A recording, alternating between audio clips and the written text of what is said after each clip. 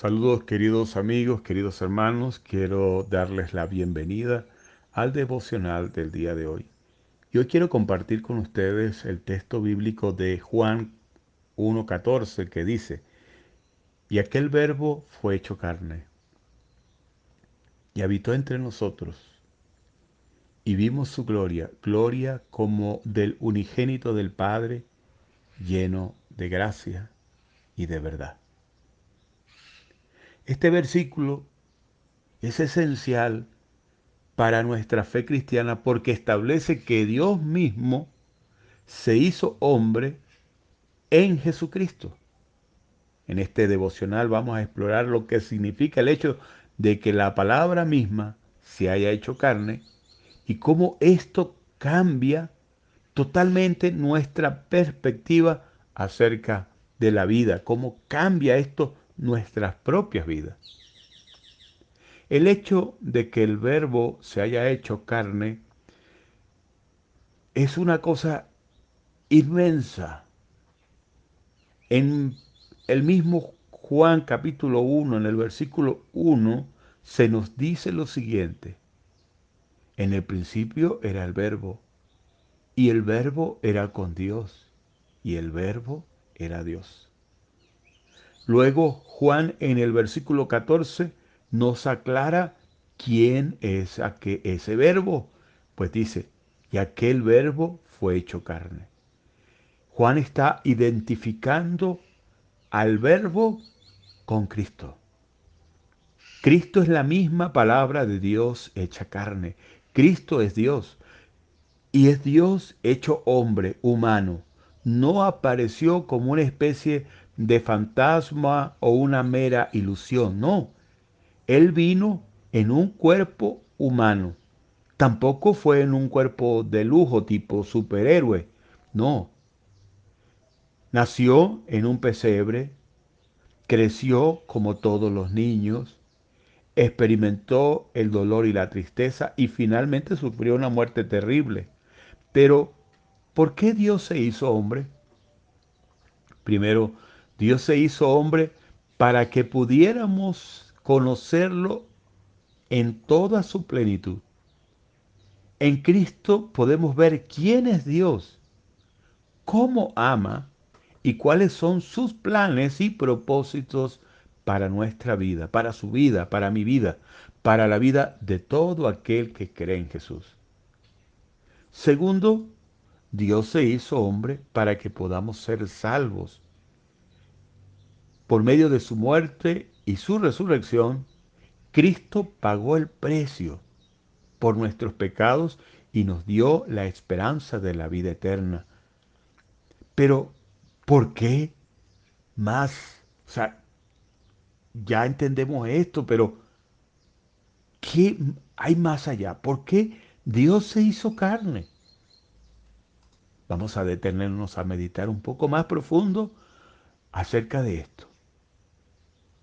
El por qué Dios tuvo que hacerse hombre para salvar a la humanidad es una pregunta profunda y llena de mucho significado y muy valedera.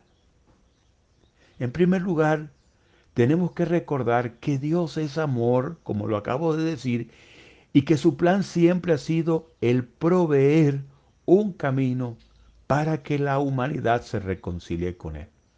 Recuerden ustedes que después de la caída de Adán y Eva, la humanidad se separó de Dios y quedó en un estado de pecado, en una alienación total, es decir, completamente separada de su relación con Dios. Dios en su amor y su misericordia decidió enviar a su Hijo unigénito para redimir y reconciliar a la humanidad consigo mismo. Y esto es lo que Juan está diciendo acá, cuando dice, y vimos su gloria, gloria como del unigénito del Padre.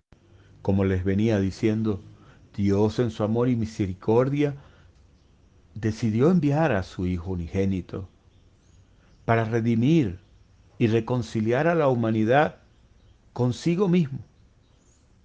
Como humanos no podíamos cumplir la ley de Dios las demandas de la ley divina.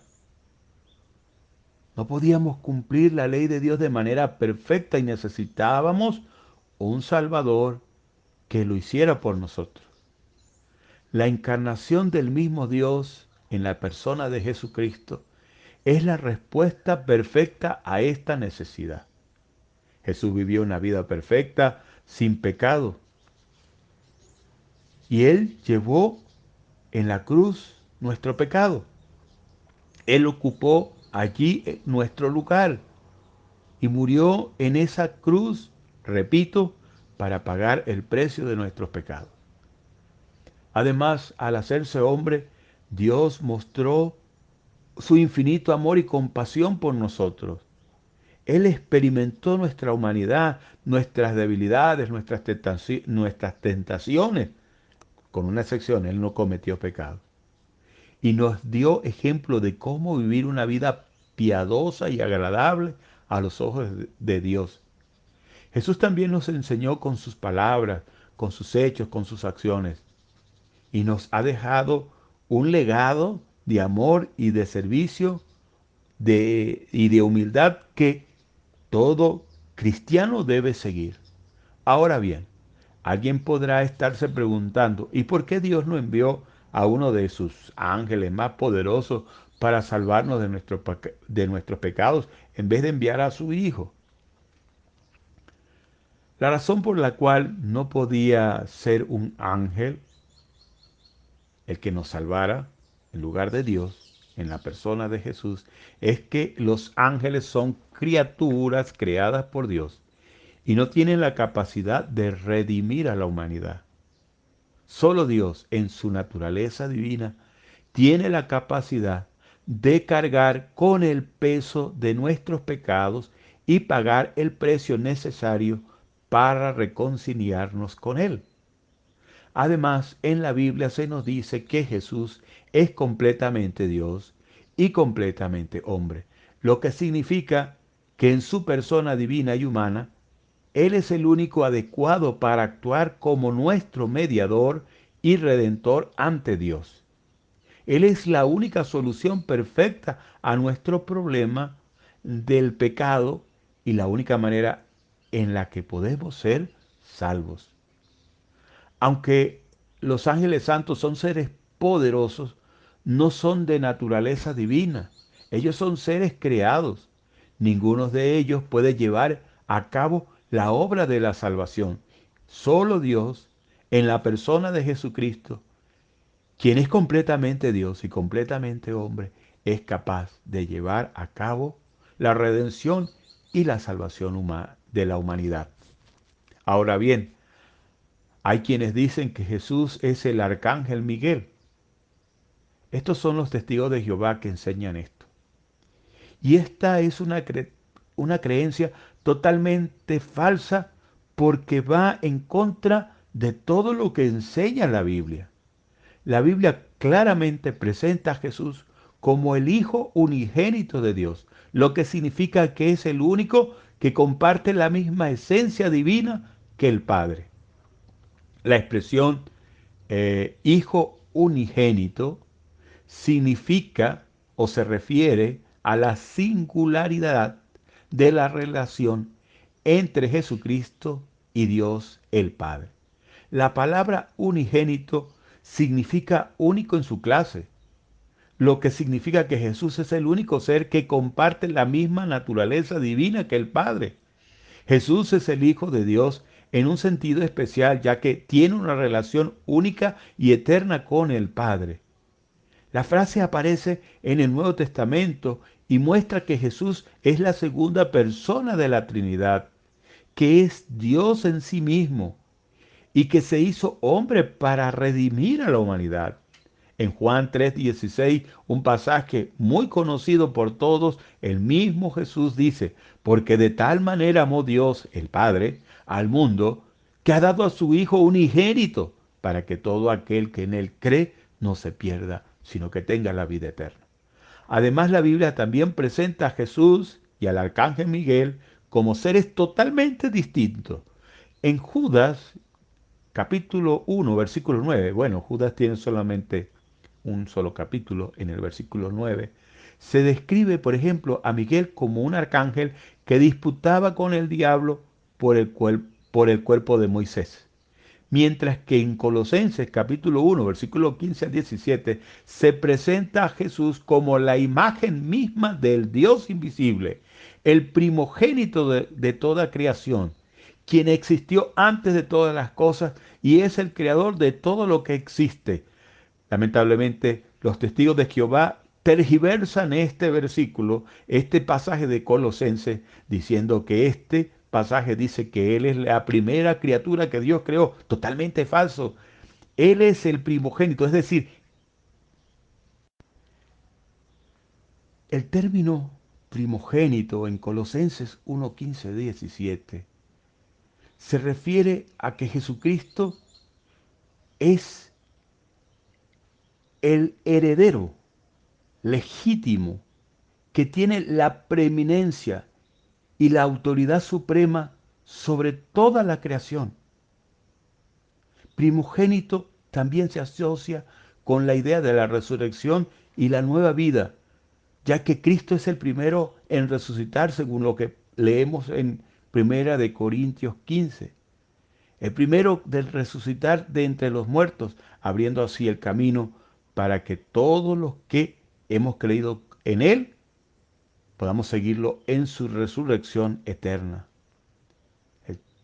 En resumen, se refiere a ese lugar de honor y autoridad que solamente Jesús, como Hijo de Dios y Señor de toda la creación, puede ocupar y no un ángel. En Hebreos capítulo 1, versículo 5, 14, hay una declaración que disipa cualquier duda al respecto. Dice Hebreos capítulo 1, versículos 5 al 14, porque ¿a cuál de los ángeles dijo Dios jamás, mi hijo eres tú, yo te he engendrado hoy, y otra vez yo seré a él padre, y él me será mi hijo, y otra vez cuando introduce al primogénito en el mundo dice, adórenle todos los ángeles de Dios. Ciertamente de los ángeles dice, el que hace a sus ángeles espíritus y a sus ministros llamas de fuego. Mas del Hijo dice, tu trono, oh Dios, por el siglo del siglo, cetro de equidad, es el cetro de tu reino. Has amado la justicia y aborrecido la maldad, por lo cual te ungió Dios, el Dios tuyo, con óleo de alegría más que a tus compañeros. Y tú, oh Señor, en el principio fundaste la tierra, y los cielos son obra de tus manos. Ellos perecerán, mas tú permaneces. Y todos ellos se envejecerán como una vestidura, y como un vestido los envolverás, y serán mudados. Pero tú eres el mismo, y tus años no acabarán. Pues a cuáles de los ángeles dijo Dios jamás, siéntate a mi diestra hasta que ponga a tus enemigos por destrado de tus pies. ¿No son todos espíritus ministradores, enviados para el servicio a favor de los que heredarán el reino de la salvación? Los ángeles son ministros de Dios, pero jamás, jamás pueden redimirnos de nuestros pecados. No podía jamás ser Jesús una criatura, un ser creado, un ángel. No. En resumen, la creencia de los testigos de Jehová de que Jesús es el arcángel Miguel es totalmente falsa, es completa y totalmente falsa y va en contra de lo que dice la Biblia acerca de la naturaleza divina y única de Jesús como el Hijo de Dios y creador de todas las cosas. En última instancia, la encarnación de Dios en la persona de Jesucristo es la expresión más completa y perfecta del amor de Dios por nosotros. Él es nuestro Salvador, nuestro mediador, nuestro gran sumo sacerdote, nuestro hermano y nuestro amigo. Ojalá podamos valorar la encarnación de Dios y vivir en la luz de su amor y su gracia todos los días de nuestra vida hasta que Él nos llame a su presencia. Ya para concluir, La verdad de que la palabra de Dios se hizo carne es un misterio profundo e incomprensible, pero también es una fuente de gran esperanza y alegría para los que creemos. A través de Cristo podemos conocer a Dios de manera íntima y tener una relación personal con Él. Podemos encontrar la paz y el perdón que necesitamos y podemos aprender cómo vivir una vida que honre a Dios.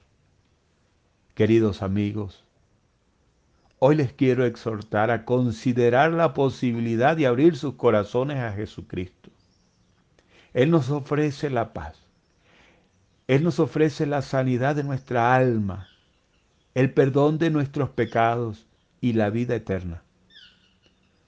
Todo lo que el mundo no podría jamás otorgarnos. Jesús no es solo un hombre bueno o un maestro sabio. Él es el Hijo unigénito de Dios, quien vino a este mundo como un sacrificio perfecto para nuestros pecados.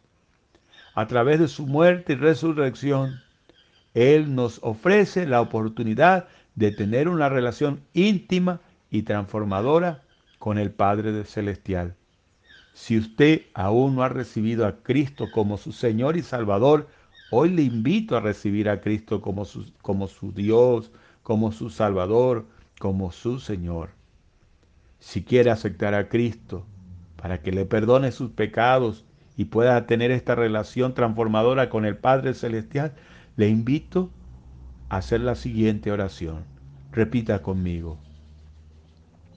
Querido Jesús, reconozco que soy pecador y necesito de un Salvador.